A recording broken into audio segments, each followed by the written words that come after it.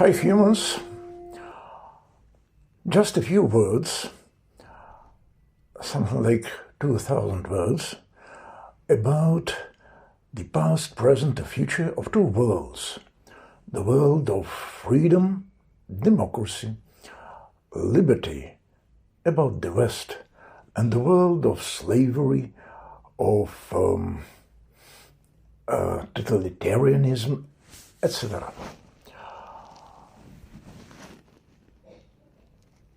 Let's imagine that it's 1942 today. You live, for example, in Canada. You're an amateur radio operator searching for the airwaves for radio enthusiasts, and suddenly you hear a not so literate English speaker. It is also an amateur radio operator, a German, who lives in Berlin. What will be your first question? Yeah, that's right. Are you for Hitler or not? Now, in 2024, the first question to ask a person who lives in Moscow and posts a YouTube video in English will be, are you for Putin? Do you approve of Russia's invasion to Ukraine? Do you consider NATO's eastward expansion, the inclusion of Poland, the Czech Republic, and Ukraine in NATO, a threat to Russia? No, no, no. I hold in high esteem Noam Chomsky, a great linguist. He lives in the United States, a noble and wise man, a Democrat, not a Democrat of Congress, but a genuine one. I agree with everything he says about the American establishment.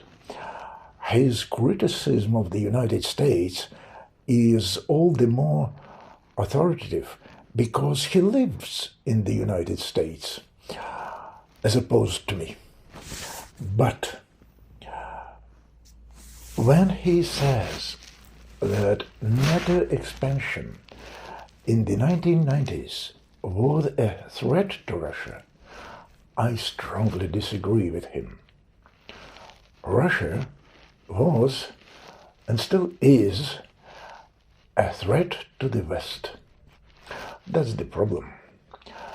One has to remember that only Russia, after the World War II, included Hungary, Poland, Czechoslovakia, Lithuania, Latvia, Estonia, Bulgaria, East Germany in its borders, in its sphere of influence, made them her dominions. This empire was still the same Russian empire as under Romanovs, under Tsars, only under the pen name, pseudonym USSR, Socialist Bloc, Socialist Camp. But there was no socialism in the United Socialist States Republic. There was totalitarianism. This totalitarianism was created by Lenin, reformed by Gorbachev and Yeltsin, and strengthened, improved by Putin. Russian totalitarianism is more dangerous than the totalitarianism of China, because Russia is a more militant state. Actually, Russia is a rare example of the garrison state. What is garrison state? American thinker, one of the fathers of sociology, Herbert Spencer, who lived in the 19th century, divided all countries into industrial and military. Well, factories and garrisons. Harold Laswell, prominent American sociologist of the 20th century, suggested the term garrison state in an article published in 1941. Mind the date. Russia was a garrison state long before Lenin. So the garrison state is a state in which militarism functions not for the benefit of the inhabitants of this state, not to increase their welfare, but not to increase their prosperity, but to strengthen the state apparatus, establishment. The British Empire was not a garrison state because the inhabitants of the British Isles benefited from the imperial conquests. Yeah? They were both material benefits and political benefits. The British expanded their rights, their freedoms. Every military activity of the Russian Empire, from Ivan the Terrible to Vladimir Putin, led to the reduction of the civil liberties of its inhabitants. Russia remained a threat to the outside world even under Gorbachev. Gorbachev was a totalitarian dictator and a bloody dictator. He was forced to withdraw from Afghanistan and from East Germany, not because he was democratic, but because Russia was then in an economic decline only. Still, he had some resources left, and he had ambitions, imperial ambitions. And he used these tiny resources to try to hold on to Lithuania, Georgia, Moldavia, Hungary, Romania, Poland, and the Central Asian countries, like Kazakhstan or Uzbekistan. The fact that these countries did gain independence in the end of 1980s was not the result of Gorbachev's goodwill, but of a weakened economy of Russia. In addition, Boris Yeltsin, in order to bring down Gorbachev and take his place in the Kremlin, decided to let Ukraine and other countries go free. In exchange, he received the support of the bosses, communist bosses of these regions. But Yeltsin was not a democrat either. As soon as Yeltsin ousted Gorbachev, he began to rebuild the empire. Similarly, Lenin, having deposed Nicholas II, began to rebuild the Tsarist empire, reconquering Ukraine, Georgia, and other regions, other countries. So it's not a completely new story. The clearest example of Yeltsin militarism was the war in Chechnya. It's fantastic that it is practically forgotten now. It is never mentioned. Awful. I've written dozens of articles in the 90s when there was some freedom of press in Russia against this war. And it is forgotten. The West didn't stand up for Chechnya, but more than a half of million Chechens were killed there on Yeltsin's orders. It was if there were a genocide, then this was the genocide. Why didn't the West, first of all the United States, stand up for the Chechens as it stands up now for Ukrainians? Because the West was stuck in Iraq. For the same reason, the West reacted very sluggishly to Russia's invasion of Georgia in 2008 and to Russia's invasion of Ukraine in 2014. The wars in Iraq and Afghanistan absorbed all the energy of the West. President Bush in the August of 1991, urged Ukrainians during his speech in the Ukrainian parliament in Duma in Kiev, urged Ukrainians not to seek an independence from Russia, not to annoy Gorbachev and Kremlin, because Bush could not fight both Gorbachev and Saddam Hussein. It is necessary to remember the hundreds of thousands of dead people of Chechnya in order to say firmly, Ukraine and Poland, Lithuania and Estonia, the Czech Republic and Latvia had something to fear in the 1990s. It was reasonable, it made sense for NATO to admit these countries to its ranks to protect them from the Kremlin's jingoism. Why did the United States decide to concentrate nuclear weapons in the hands of the Kremlin? Why did the United States urge the Ukrainians to let atomic missiles go to Moscow? Because the West was afraid that a civil war might break out in Ukraine, or that Ukraine's democratic authorities would fall to protect their nuclear arsenal or sell nuclear weapons to Iran or Iraq.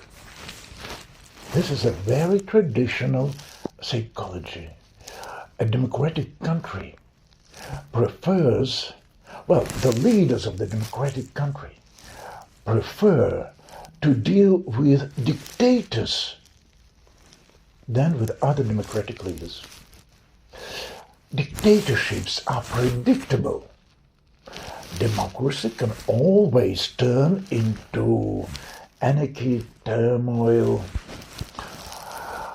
There is also a deep-seated racism at play here. Russians or Chinese seem like savages, semi-beasts, barbarians. They need a strong hand to bring them, to bring us, to bring me, to bring us up, to teach us democracy and freedom. Let Yeltsin or Putin teach me to be a democratic person. The main factor, though, is Western weakness. The West is a conventional designation of the world of democracy, freedom, and human rights, and prosperity. I've read dozens of books in English. Why the West is wealthy. West and wealthy are one and the same synonyms. But this world, the world of the West, the world of liberty and prosperity, is smaller than the world of despotism and oppression. Smaller, though not weaker. During the last few centuries, the West has become stronger than the East. The world of democracy has become stronger than the world of despotism due to very many factors. All these factors, however, are gradually losing their importance. And first of all, the West is no longer so far ahead of the East in science and technology as it was in the 19th century. It turned out that democracy alone does not guarantee technological leadership. Oops! Oh my God. For many years, many Western politicians have said that capitalism is the motto of the Western freedom, that despotism will never be as economically successful as capitalist democracies. Except that, historians know very well that capitalism arose within feudal society, and that capitalists were and ever still are perfectly capable and eager of making money from both slavery and despotism. Hitler's Germany was a capitalist country, as well as Franco's dictatorships and Mussolini's Italy, capitalist countries. And American capitalists helped Stalin to build Russian industry in the end of 20s and beginning of 30s. American capitalists collaborated with Kremlin in 60s and 70s, bought oil and gas and bread and so on and so forth. In fact, even the so-called communist countries had capitalism. Otherwise, they would have simply disappeared from the face of the earth. Capitalism can exist without civil liberties and democracy. Yeah. There was capitalism in Europe in the 17th century, but there was no democratic countries in Europe in this century. As for the superiority of the West, it began in the 16th century with the conquest of America. But why was a handful of Spaniards able to conquer the Aztec Empire or the Empire of Maya? Why did tiny England conquer huge India, the Empire of Mughals? Why did the West invade China in the 19th century successfully? 8 Western countries, Russia included. Because these eastern regions were fragmented, kingdoms divided into themselves, to use the gospel saying. These were mosaic despotisms. They stood under oppression, and the oppressed dreamed of freedom, of independence, and Western colonizers found themselves in the role of liberators. This is how the West embodied the ancient Roman principle of divide and conquer, divide et impere in Latin. Today, the world of despotism went into a sort of counteroffensive. This is a completely natural process. The surprise with which the West met this counteroffensive is unnatural, artificial. However, the surprise was largely artificial, and where did it come from? Government officials like Fukuyama always try to exaggerate their successes. Here they reported that, this is why they reported that democracy had won all over the world.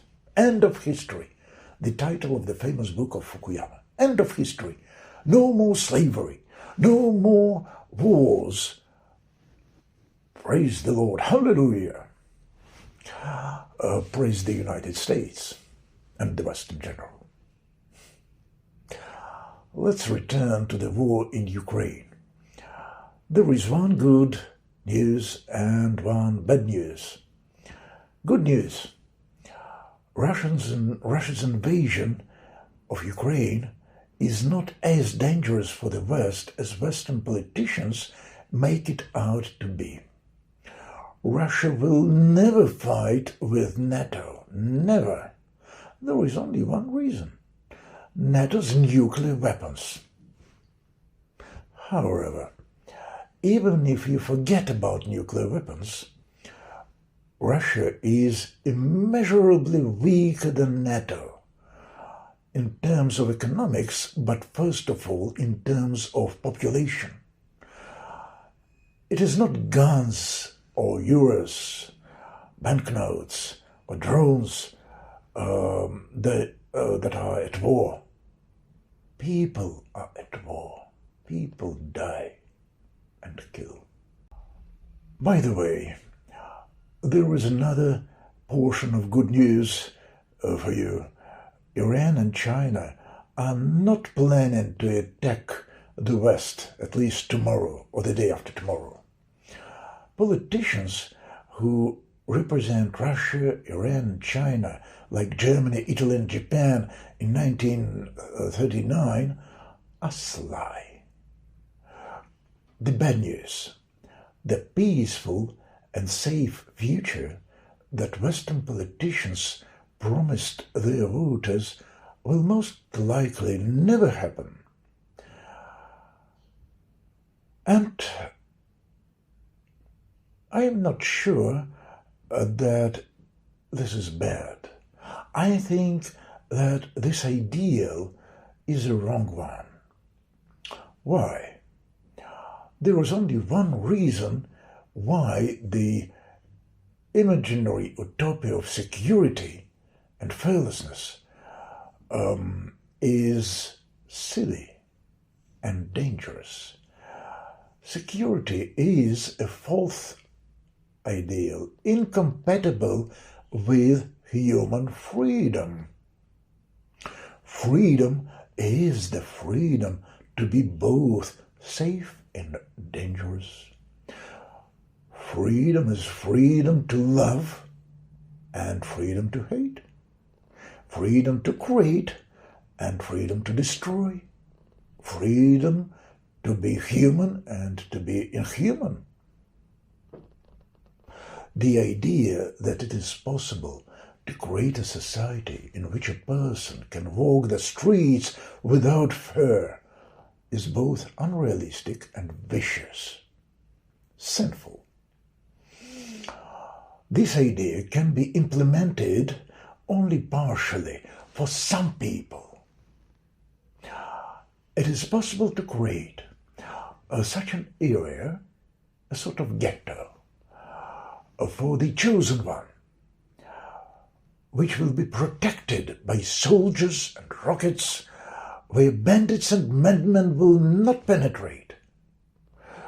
But even in such a paradise, and do you know that paradise is an Iranian word? There will be a possibility that a friend will betray, a beloved person will be deceived, a long-term business partner will prefer to ruin you.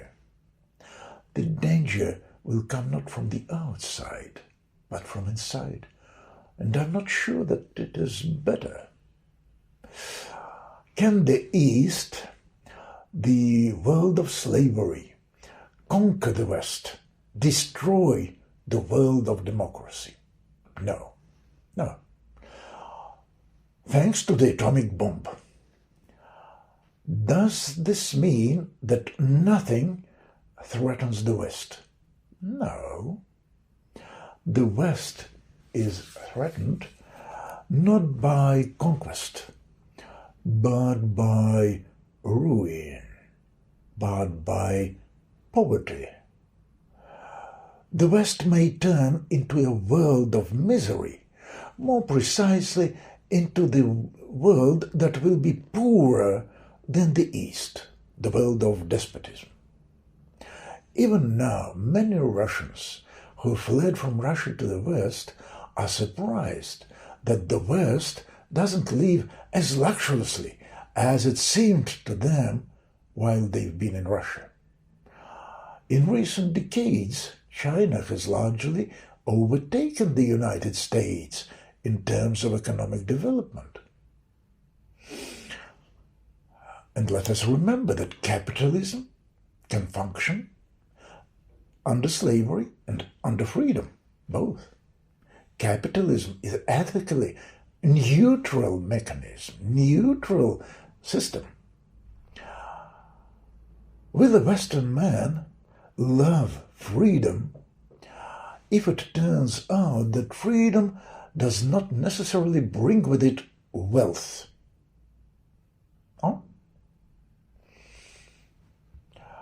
It seems to me that one should love freedom more than prosperity. Otherwise, we do not love freedom, but we love money, and we value freedom only as a means to get rich. Well, should the West help Ukrainians? Sure. Should the West defend itself from the world of unfreedom? Of course. It is important to understand that totalitarianism does not affect some particularly bad countries where people have bad genetics, slavery in their blood. During the last 2 years, I've read hundreds of texts about Russians as people, as a nation with slavery in blood. I'm half Jew. My mother is a Jew, was a Jew, and my father was Russian. And they've made an analysis, genetic analysis in Utah, in the firm which is sponsored by the Saints of the Latter Days. But they never found slavery in my genes. Totalitarianism parasitizes human affairs, greed, and inhumanity. Lenin's rise to power was the result of the anti-democratic policy of the Tsars.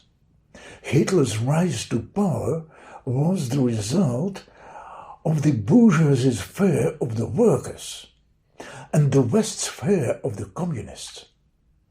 They were afraid of Stalin, they supported Hitler, and as a result they had to enter into an alliance with Stalin in order to defeat Hitler. But how exactly now the West will defend itself? What should be the best protection?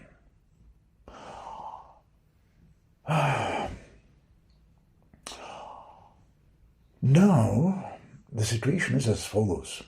The logic of the Cold War is being repeated. However, in some sense, everything became worse. During the Cold War, there were no such sanctions against Russia. There was no such general, indiscriminate, collective punishment of all the inhabitants of Russia. And I read often now that Putin closed Russia. That's not so.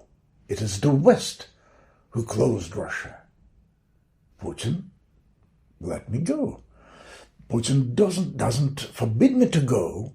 In the 70s, I couldn't buy a ticket to go to Prague. And now I cannot.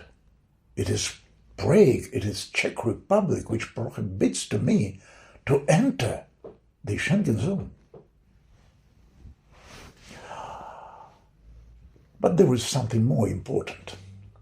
Harold Laswell, whom I've mentioned as the inventor of the term the state garrison, wrote about garrison state as something which can emerge as a byproduct of struggle for freedom and security.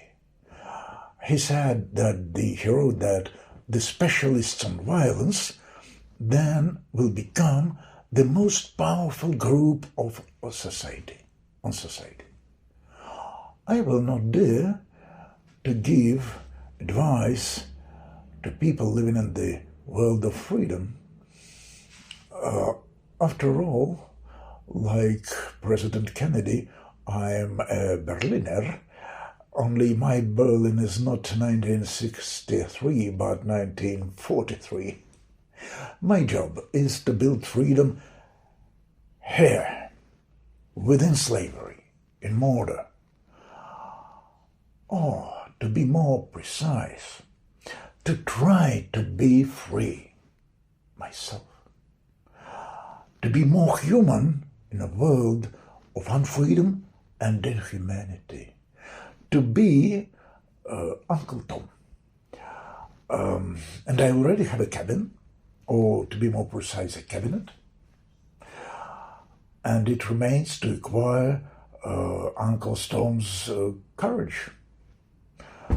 And I wish for everyone such a courage. Goodbye. It was Yakov Skrotov, Moscow.